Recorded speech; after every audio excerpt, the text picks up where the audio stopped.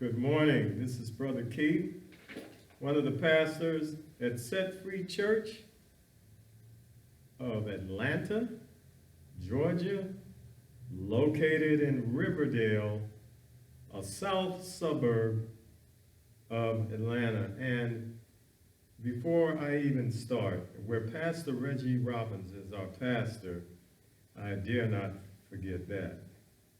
I'm going to start off with a singing of a song, the songbook of the Bible. It's found in Psalms chapter 3, and the chorus is verses 3, and the verses are 4 and 5.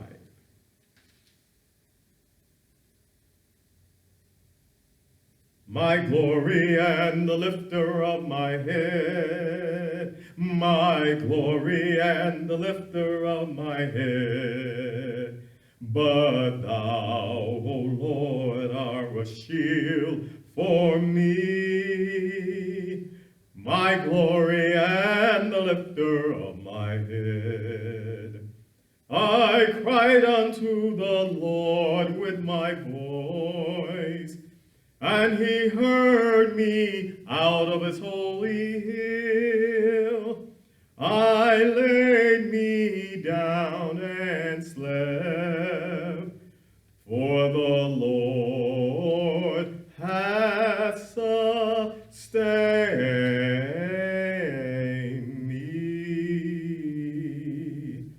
My glory and the lifter of my head, my glory and the lifter of my head. But thou, O Lord, art a shield for me, my glory and the lifter of my head.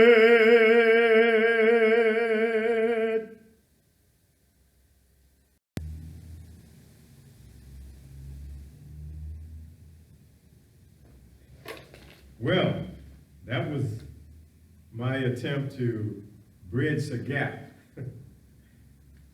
We're going to talk about a very famous person. This person is well known. In fact, it's been very consistent that this person by the name of Joseph, I've heard at least 4 sermons before I could get to this opportunity and telecast to share the rest of what I started several months ago. The subject entitled, Joseph, the Man Whom God Was With, Part 2. I need to give you a recap because it's been several months since I began telling the life and times of Joseph. He was the favorite son of Jacob, the patriarch of the Jews. He was the son of Leah, whom she birthed in Jacob's old age. Jacob made it very obvious whom he loved. And that is what caused the dysfunction in the family. His 9 elder brothers, with one exception, hated him, with the exception of Reuben the eldest. There were 2 younger brothers, but Baby Joe, my name for him, was Daddy's boy. Baby Joe will be his identity until the change happens. We'll start and reference the book of Genesis, chapter 37, verses 14 through 20. Tells what happens when Daddy sends Baby Joe to check on his brothers tending sheep.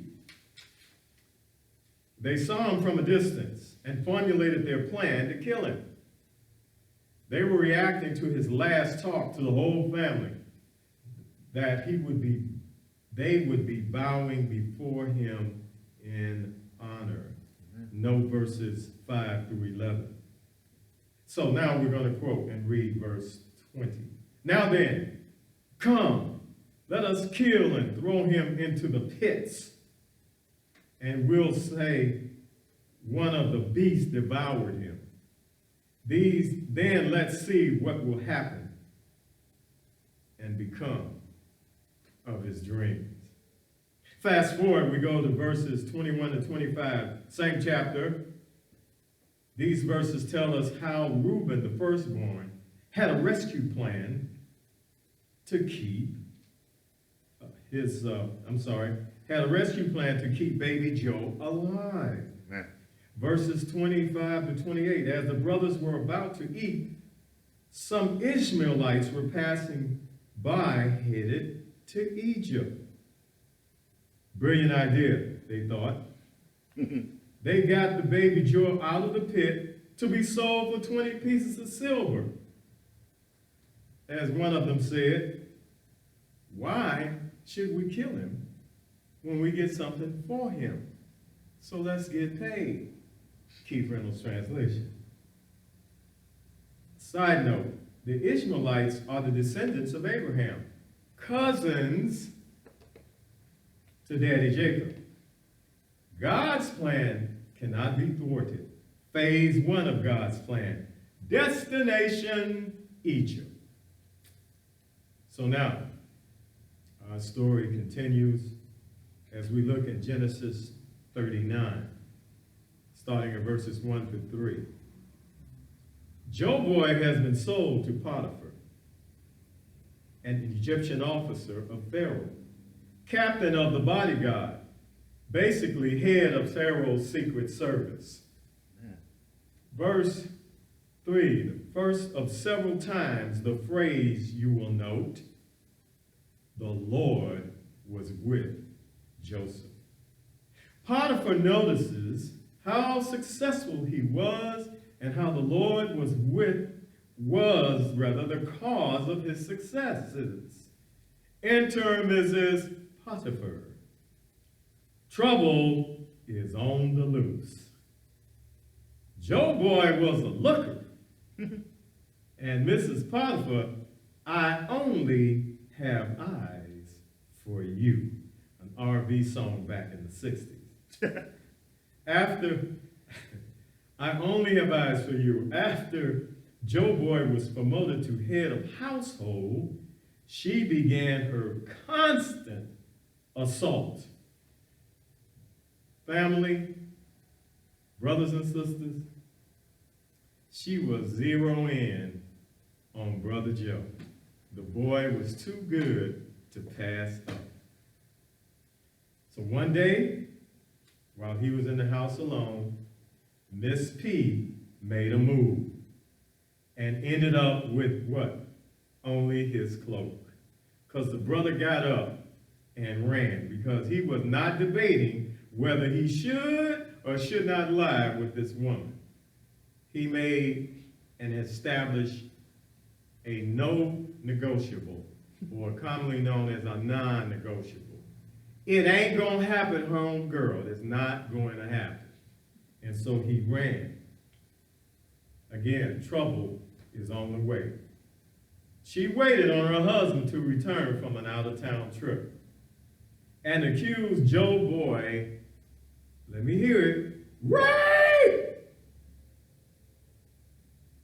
Potiphar puts him in prison. Can I pause for a minute? As we say, let's pause for a cause. If she raped him, why is he still alive? Potiphar just X'd him out. But again, God has a plan. Amen. Verse 21 says what? But the Lord was who? Let's say it together. But the Lord was with Joseph. So, let's now look at Genesis chapter 40. Now it came about, New American Standard Bible, by the way. Now it came about after these things, the cupbearer and the baker for the king of Egypt offended their lord, the king of Egypt. Can I pause? Hold on. Hold on, as they say in Atlanta. They did what? They offended. Definitions: break the law, commit a sin or a crime, to create resentment, anger, or displeasure, give offense, to hurt the feelings of, transgress. Do you get the picture? They ticked Pharaoh off, okay? And I'm not laughing because it's funny. I'm laughing because and I'm sure I'm not the only one, don't understand what offense means, especially to the head man of the country. He answers to nobody. So when he gets mad, guess what? You better get glad, okay? Because he is going to execute his wrath. Back to verse 3.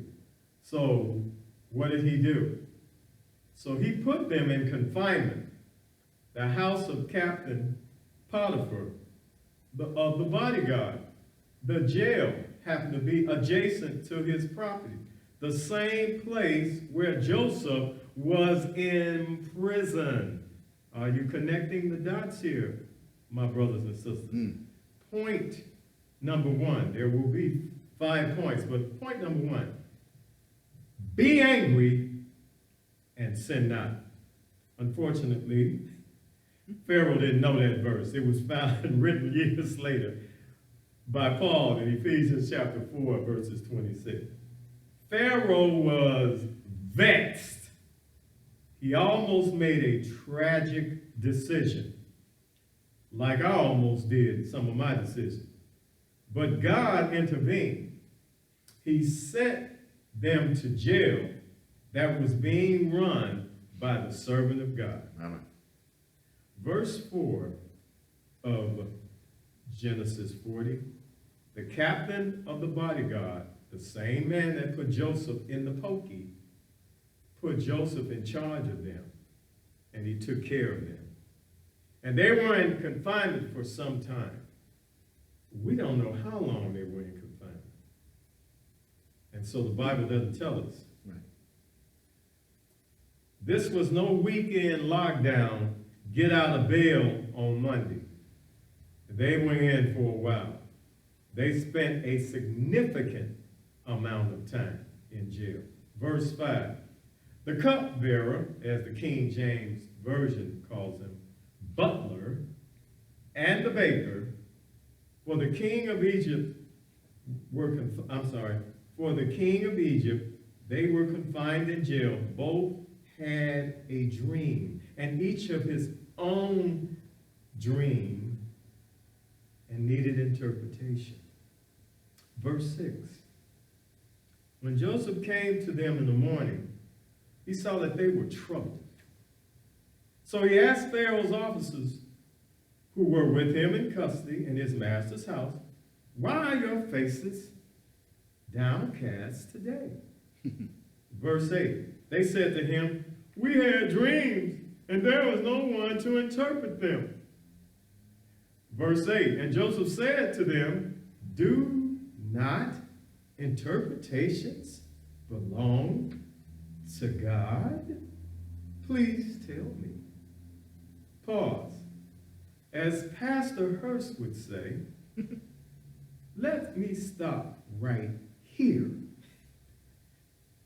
There are prisoners, and there are prisoners who are special people. Let me go back to verse 7. How are they identified? Pharaoh's officers. Don't ever let it get twisted, since I am a volunteer chaplain in the local jail. Former Mayor Bill Campbell, who was the mayor of Atlanta, Bill Cosby, and the former governor of Illinois, they get special treatment. Just saying. Back to the text. There is a practice in Egypt and Babylon, which is called oniromancy. Oniromancy, which means the interpretation, the practice of a science called interpreting dreams. However, did you notice whom Joseph gave the credit to his ability for his skill to? He says, does not God? Does not interpretation belong to God? Also, another side note. Daniel 2:28 tells us that Daniel was the only other person that had that gift. Only two. Joseph first, and then Daniel. But point two, God will place you where he can be most effective. That's not a typo. All right. God will place you where he can be most effective. Amen. Fast forward to Genesis chapter 40, verses 19 to 14. He interprets the dream for the cupbearer with a positive outcome. But for the baker, a negative one. The cupbearer was later restored to his former position. And the baker was hung. Tragic, isn't it? Now comes the best part. Some of you might think I'm losing it. Joseph asked the cupbearer a favor. Verse 14. Only, I can just see him now. Only keep me in mind when it goes well with you, and do me a kindness of mentioning to Pharaoh me, and get me out of this house. For I was in fact kidnapped from the land of the Hebrews, and even here I've done nothing that they should put me in a dungeon. I had the opportunity just about 3 years ago on a missionary trip to Kenya, and God gave me an opportunity to preach in a foreign jail, and I had only been there 4 days. Wow. And I got a chance to see what a foreign jail looks like. The guys that I ministered to at Fulton County Jail in downtown Atlanta, right outside it actually, they complain about the meal, the weather, the temperature, the service, and they complain, and they cry, and they moan, and they cry. And I said, I'll tell you what, brothers, these eyes saw what it's like to be in a foreign prison. I didn't see no running water. I didn't see no lights. The people who came out to hear me preach were packed on the concrete floor in open air. And here's the caveat that really got me. As I was telling someone, I was standing there trying to figure out with my interpreter, also, give God his praise. First time I ever preached like a Billy Graham kind of person. Amen. With an interpreter who spoke Swahili as I spoke English. Less than 8 feet away from me were young mothers, young imprisoned mothers with their toddlers on their knee. There is no child family service in Kenya. Now, think about a dungeon. A dungeon has no bathrooms. I'm not going to get gross, but I want you to get the picture. Joseph was in a place that stank with rats, with roaches, and human feces. And it was dark. Not very comfortable, boys and girls, but we're going to get on. Amen. Keith Reynolds translation. Brother Butler, old King Pharaoh is going to have a party. This is what basically Joe Boy was telling this man whom he had predicted good for. And he going to be feeling good, and he going to be remembering you, his wine-drinking buddy, you. So don't forget your boy down here in this pit. Sounds familiar? Tired of bad relationships, dead-end jobs, illnesses, and credit card debts? You looking like poor brother Joe. Lord, get me out of this mess. Wait now. It has now been 11 years since he entered Egypt. And this is his cry from his heart. How long, O Lord? How long, Master? Not long, son, not long.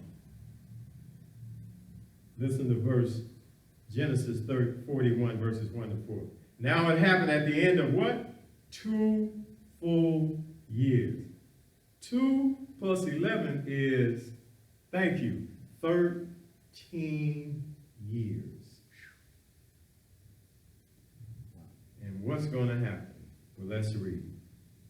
That Pharaoh had a dream, and behold, he was standing by the Nile, verse 2 of Genesis 41. And lo, from the Nile there came up 7 cows, sleek and fat, and they grazed in the marsh grass. Verse 4, then behold, 7 other cows came up after them. And verse 4, from the Nile, ugly and gaunt, cows ate up the 7 sleek and fat cows, and then Pharaoh awoke. What a nightmare, huh? Fast forward, he dreams about the grains being blighted, not fully developed. Verse 8, now in the morning of his spirit was troubled. So he sent and called for all the musicians of Egypt and all the wise men. And he told them his dreams. But there was no one who could interpret them to Pharaoh. Fast forward. It's been how many years? 2 years since the cupbearer has been restored, drinking with Pharaoh, making sure none of that stuff was poisoned. That was the purpose of the cupbearer. And he tells Pharaoh, oh, you know what? He tells Pharaoh about Joseph and how he interpreted his dream and the baker's dream. Point 3. God sets up honor after he sets up the conditions. You see, Pharaoh hadn't had the dream yet. And that's why good old Joe had to hang in there and wait. Ecclesiastes chapter 3, verse 1 says, there is an appointed time for every event under heaven. Should I say that one more time? There is an appointed time for every event under heaven. Then Pharaoh sent and called for Joseph. And they hurriedly brought him out of the, did you hear that? They hurriedly brought him out of the dungeon. Now, of course, he couldn't go up there like he was dressed, right? And when he had shaved himself and changed his clothes, in other words, he got perfumed up, he came to Pharaoh. Can I go NFL, NBA, top seed, USTA tennis, the #1 draft pick for Pharaoh's 18 and 84 Royal Court team is Joseph, the Hebrew. Big cheers. Let's hear the crowd. Joe, Joe, Joe. Verse 14 to 36. Joseph is the only person in all Egypt who interprets Pharaoh's dream. The only person to interpret among all those wise folks and all those magicians, the one that could interpret the dream was down in the dungeon. Can I get an amen? Amen. Verse 38 of chapter 41. The Pharaoh said to his servants, can we find a man like this in whom there is a divine spirit? Verse 39. So Pharaoh said to Joseph, since God has informed you of all of this, there's no one so discerning and wise as you. Promotion to prime minister. Guess what, boys and girls? Here's the change. Name change. Your Highness, little Joe is no more. Amen. Amen. Verse 40. You shall be over my house, and all my people shall order themselves as you command. Only in regards to the throne will I be greater than you. Isn't that amazing? A quote from a Bible that I use is a devotional. It's called The Life Recovery. I'm from the devotional that I use. It's called the Life Recovery Devotional. When we ask God for help, he gives us what we really need. Joseph wanted out of the dungeon. God wanted him to step forward in his destiny. I'm learning to ask God the Father, what does he want? And not what I want. Genesis 41 continues as we review. It's taken 13 years from slavery to prime ministership. Wow. Only God has the power to bring about all these people and events in one location.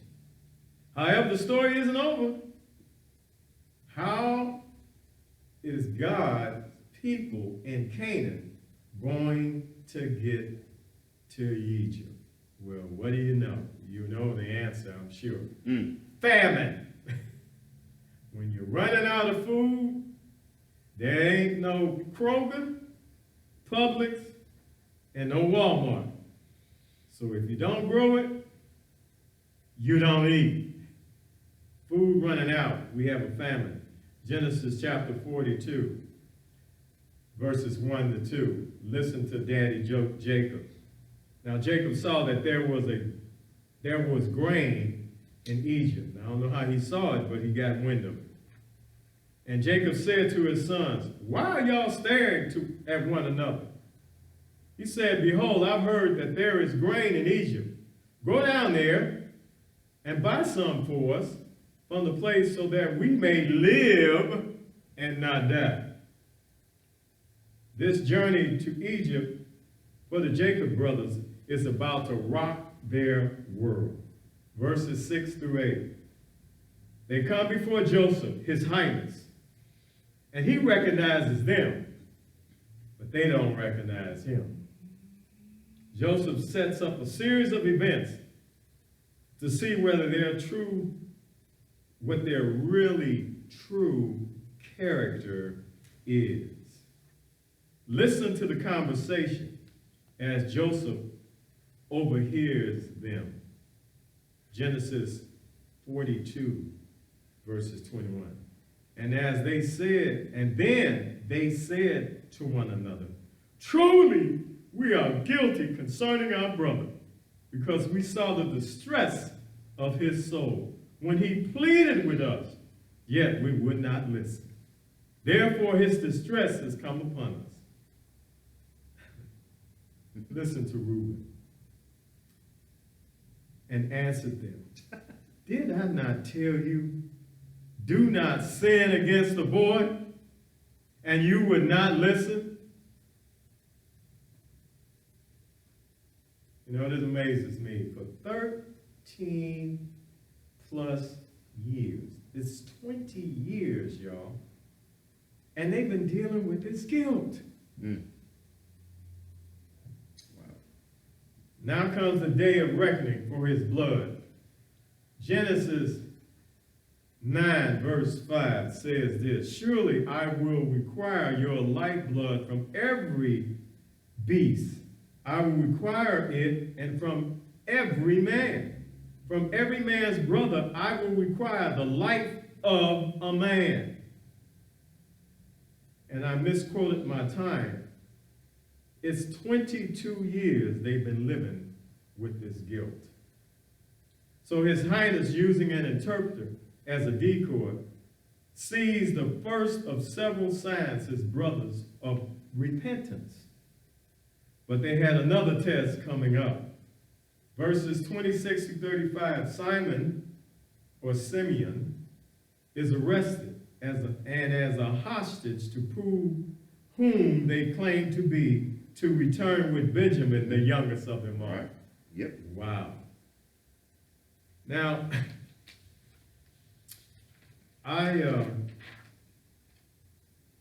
I I am reminded of a lot of things, but His Highness shows his love, meaning Joseph.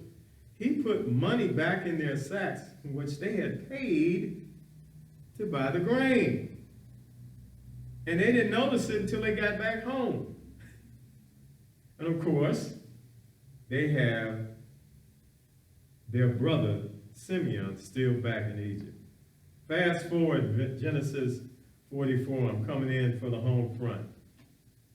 Verses 6 through 17. The second trip back to Egypt, His Highness had his servants place a cup in the baggage. And this time, the baby boy is there in Benjamin's sack.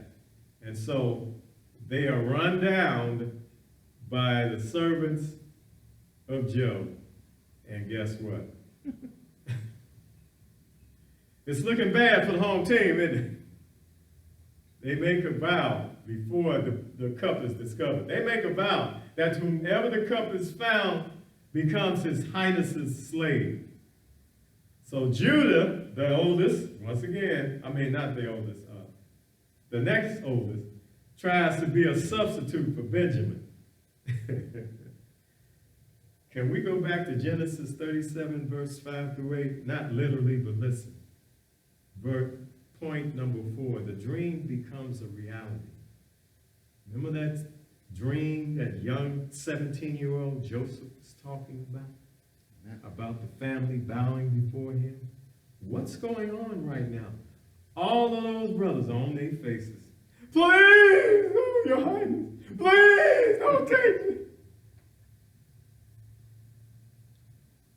And what did Joseph do? He can't stand it no longer. He just can't take it no longer. He tells everybody, get out of the room. All his servants. He says, come closer. I'm Joseph, your brother. Can you imagine how they felt? The shock. They just talked about their guilt and the shock to know that for 22 years, Joseph has been living, thriving, and now second in command, a slave to prime minister. And God told him, what you meant for evil, God is meant for good. Which brings me to point number 5. God uses His servants as life preservers. My brothers and sisters, as I wrap it up, we are all life preservers in some aspect or some kind of form. Let me finish with a statement from Joseph. Now do not grieve or be angry with yourselves because you sold me here. For God sent me before you to preserve life. Verse 8. Now therefore, it is not you who sent me here, but God. And He has made me a father to Pharaoh, and Lord of all his household, and ruler of all the land of Egypt. As I review the points, I want you to think about something. And first, I need to share something I never shared to my church before, because I thought it was a nightmare.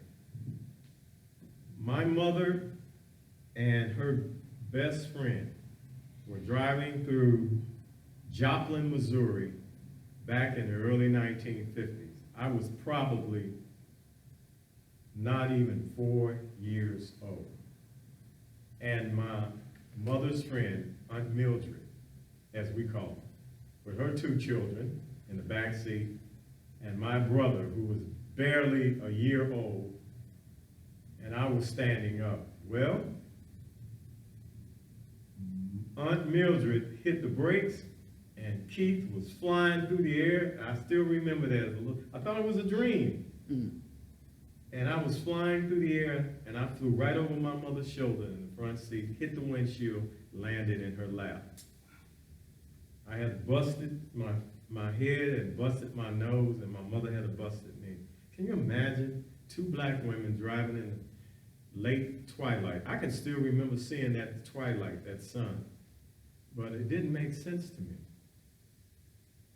We spent several hours, and I can't remember anything other than just the hitting my face, and then waking up in the hospital room because they didn't allow black people to go to the nearest hospital. So they found the Catholic hospital that they shipped us to.